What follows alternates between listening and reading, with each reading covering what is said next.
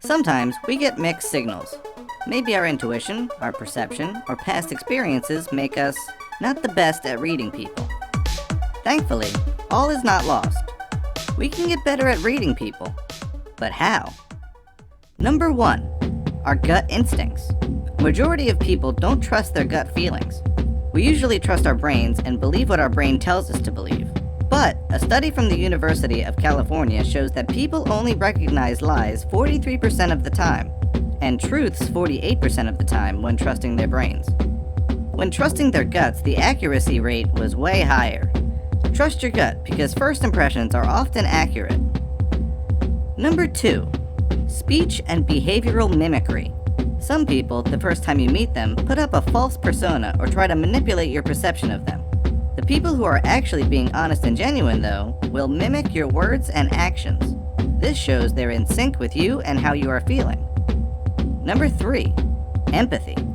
Some people have a natural talent in empathizing with others, while some don't. To be able to increase your empathy, you need good reading and understanding skills. American psychologist Carl Rogers thinks empathy is important in his teachings and therapeutic methods.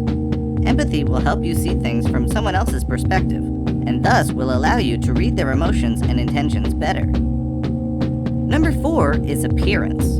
Making judgments on appearance might feel shallow. It can say a few things. Be like Sherlock Holmes. Hey, that dude is wearing prime condition Jordans.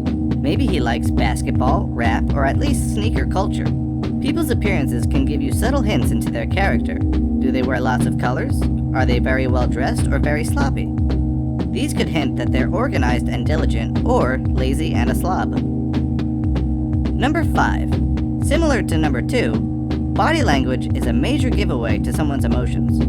If someone's sad, they might suddenly have their head down with drooped shoulders. Are they anxious, sweating, pacing? Are they checking their phone? Maybe they're not into the conversation? Are their smiles just small grins? Pay attention and look deep into a person.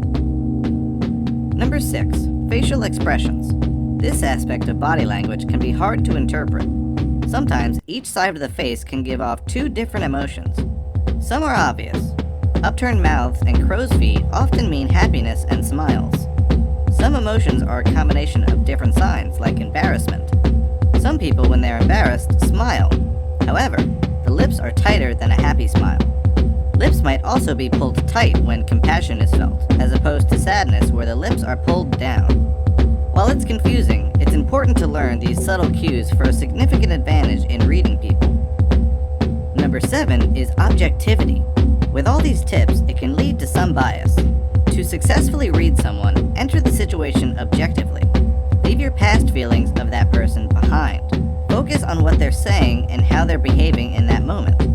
Our feelings can create a false impression of what they're conveying, especially negative feelings. And number 8 is patience. In order to read someone, it takes practice. People are complex. If you're in a conversation with them, they're likely also picking up on your cues as well. You can't be an immediate expert on someone or automatically assume everything about the other person. If the communication continues, they will open up at their own pace. And that's when you can figure out if you read them correctly or not. That's all from us at Psych2Go. Thank you for watching, and don't forget to subscribe.